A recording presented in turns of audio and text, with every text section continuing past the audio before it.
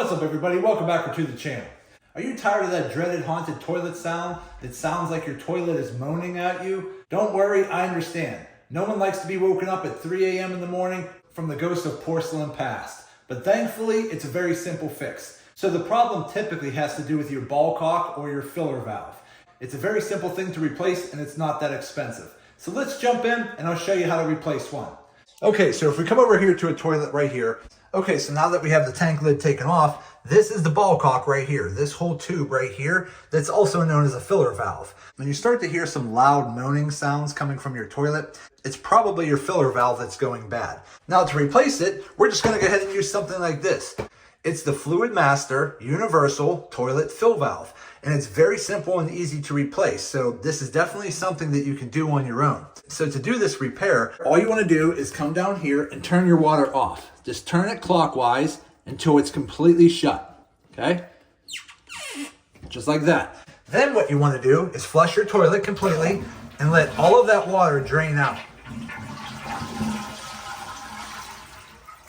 Okay, now there's still going to be some water down in there, which is why it's important to have a towel handy, because you could shove a towel down in there to soak up some of that water.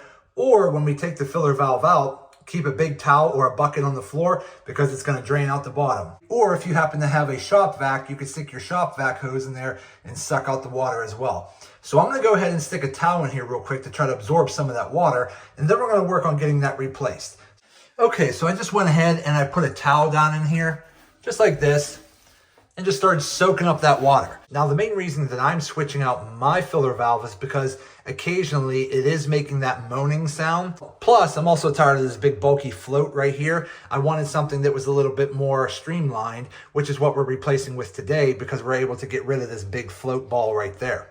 So once you get your water soaked up from the tank, then what you want to do is come down below, put a towel down on the ground, to just catch any excess water that might drip out.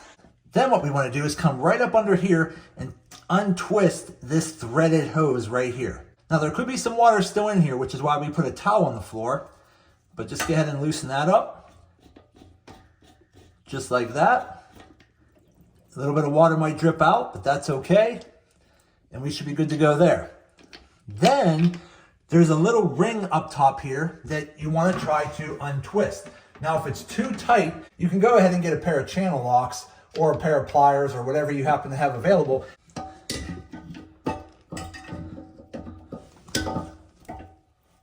Just like that. Once you loosen it up, take the nut off completely. And then come back up top and your filler valve should wiggle right out of place. Now we can go ahead and get rid of this filler valve and then start opening up our new filler valve. So let me go ahead and open this box up and we'll be right back. Okay, so now that we have the new filler valve out, it's going to come pre-assembled just like this. It's going to come with a lower nut, and then it's going to come with your filler valve bracket. Now it's real simple. You're just going to take this hose, attach it to this nipple right here, just like that. And then you're going to take this particular clip and just clip it down onto your fill valve right here and just clip it on, because right here at the bottom of that, that's where the water's coming in to fill that back up. So you're just going to clip it to the outside, which I'll do here in a minute. Now this bottom portion here can be threaded out or in to adjust the total height of your fill valve depending on how deep your tank is. So you might have to make a few adjustments to get it right. So I would probably recommend setting your fill valve into the hole at first, just like that, to make sure your lid will cover it, which obviously, just like that, it will. So I don't have to make any adjustments to the height right now. And then this threaded knob right here, you're gonna adjust clockwise or counterclockwise. That right here is in replace of your floating ball. So depending on how much water you wanna have in the tank, you can adjust this knob right here to adjust how much water you want in the tank, which will also ultimately depend on how much water you're flushing down the front. It already comes with a rubber gasket on the bottom. You just gotta stick it back in that hole, put your nut on the bottom, make it nice and tight. You're gonna go ahead, put your little fill valve clip into the hose, hook your fill valve clip right to there, hook up your hose on the bottom, turn your water on, and you should be good. So let me start doing that and we'll be right back.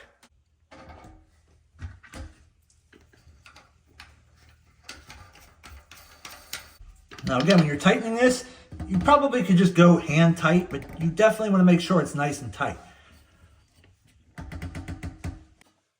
Then we're going to come right back up top. So different toilet pieces have different setups. I could probably cut this hose and stick it down in this little hole right here.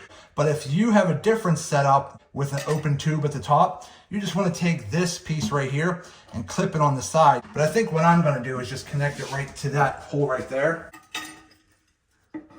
Just cut this with some scissors.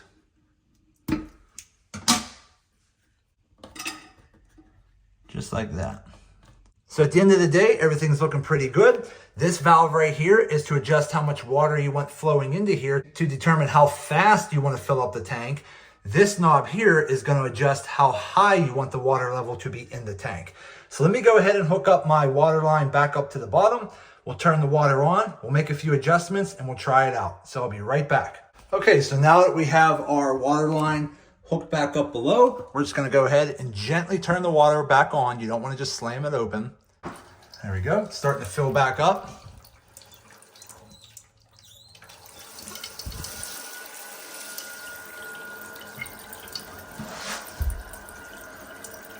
So right now I have the filler valve in its complete open position for the maximum speed of which this tank should fill up. So now we're just waiting for the tank to fill up to see where we need to adjust our float valve right here.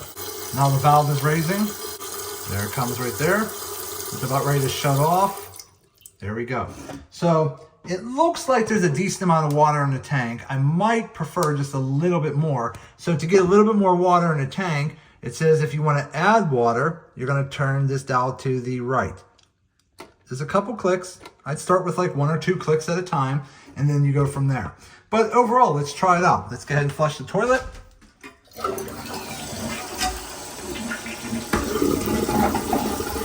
Everything's filling back up. Everything sounds good. There's no moaning sounds or anything like that, so we are completely good to go. Then you want to come back down to the bottom, make sure there's nothing leaking. Obviously, there's nothing leaking right now, so that means we have a nice tight seal. And I do recommend using a little thread tape when putting your water line back on the bottom threads.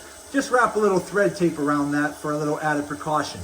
But there you go. The filler valve works perfectly fine. It's much quieter. I got rid of the big giant ball float over here, and I'm really happy with it. But my overall impressions of the Fluidmaster universal filler valve, I definitely give it a thumbs up and give it a go. It works perfect, it's easy to install, and I'm really happy with this purchase.